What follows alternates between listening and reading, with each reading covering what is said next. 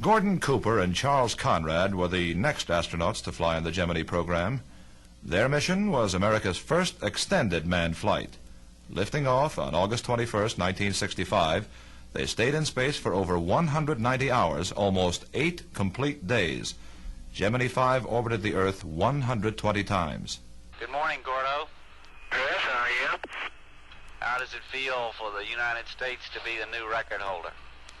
At last, huh? Roger. Congratulations. I'd like to add one thing in there just for your information. When we first powered up this morning, after having been drifting for quite a while, all the thrusters were exceedingly sluggish, and we saw great globs of liquid coming out of them drifting by us when we were firing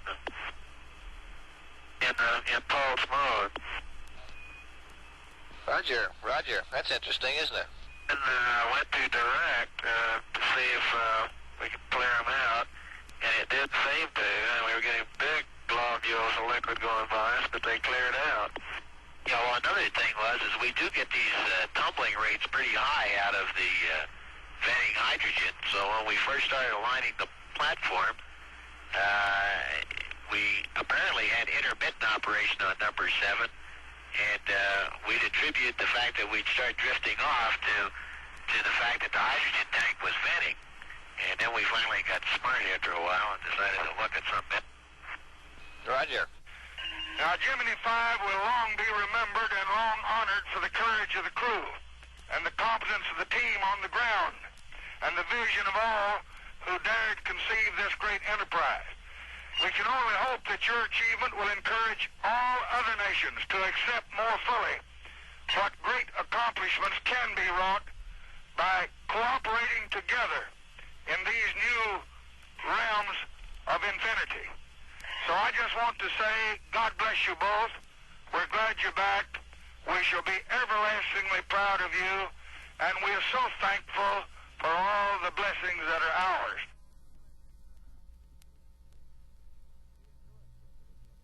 The endurance record of Gemini 5 did not last long. In December 1965, Frank Borman and James Lovell in Gemini 7 flew in space for almost 14 days. While they were in flight, Wally Schirra and Tom Stafford were launched in Gemini 6 and rendezvoused to within 1 foot of the Gemini 7 capsule. 5, 4, 3, 2, 1, 0. Ignition. Engine start. We have a liftoff.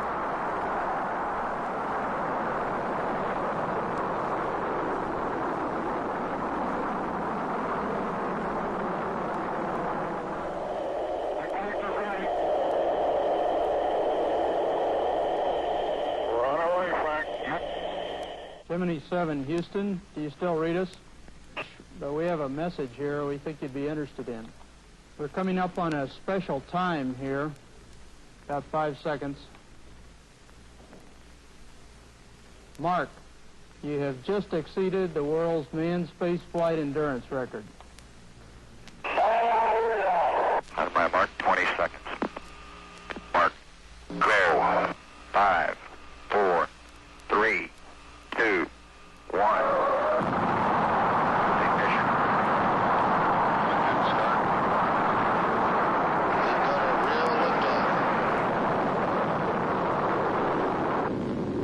27 seconds after the hour.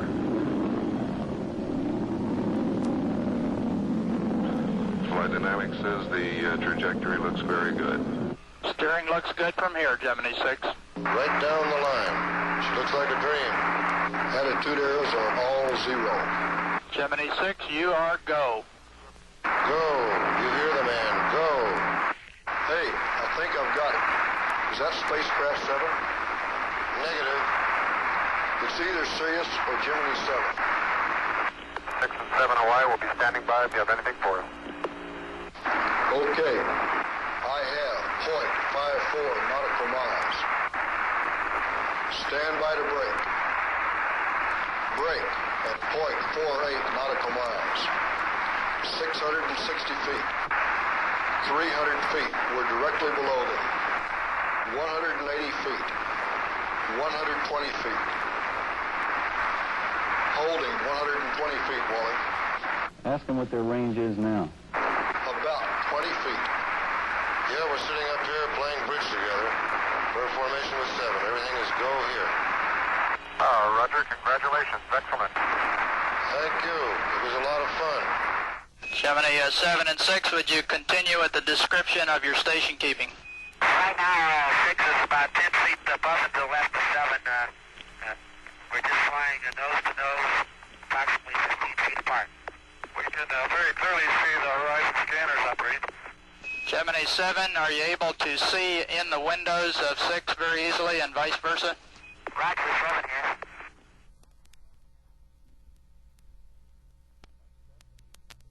The next step in the Gemini program called for a Gemini capsule to dock to an Eugene target vehicle. The task was given to Gemini 8 astronauts Neil Armstrong and David Scott. The March 16, 1966 mission was successful, but the flight was stopped after 10 hours and 42 minutes after the spaceship tumbled uncontrollably in space. The flying skill and confidence of Neil Armstrong eventually brought the capsule under control. Okay, Gemini 8, we have TM solid. You're looking good on the ground. Go ahead and dock. Okay, we have a rigid light. Getting stop rigid now. Okay, Gemini 8, it looks good here from the ground. We're showing cone rigid. Everything looks good from the docking. Okay, we're going to cycle our stop arm switch now. Roger. The flight, we are down. And he's really a smoothie. Oh, Roger. Hey, congratulations. This is real good. Okay, we are, just for your information, the Gina was very stable, and at the present time we're having no noticeable oscillations at all. Roger. Copy, Gina, very stable and no noticeable oscillations. Very good. Gemini 8, CSQ Capcom, contact, how do you read?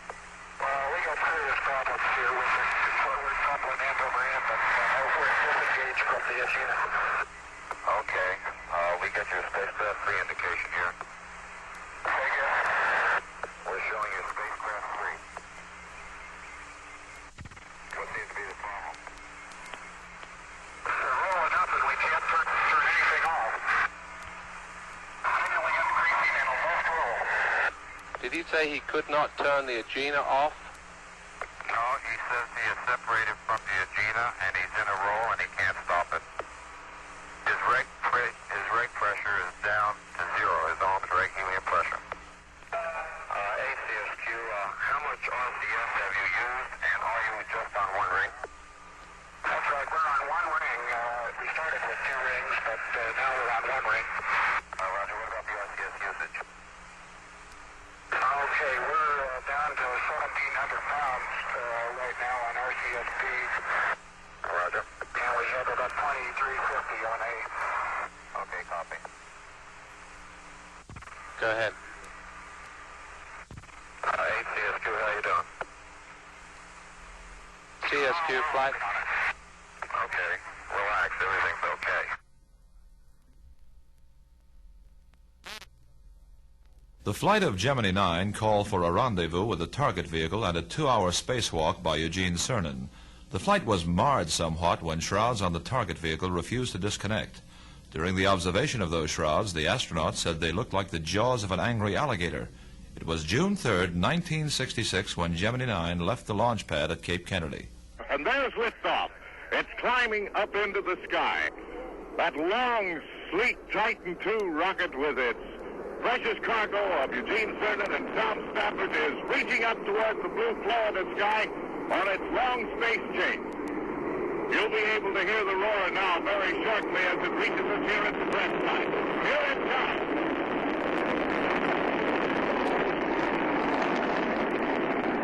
Hello, Houston, Gemini 9.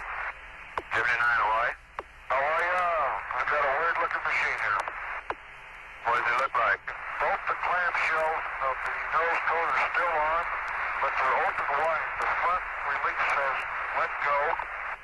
All 4 explosive bolts have fired.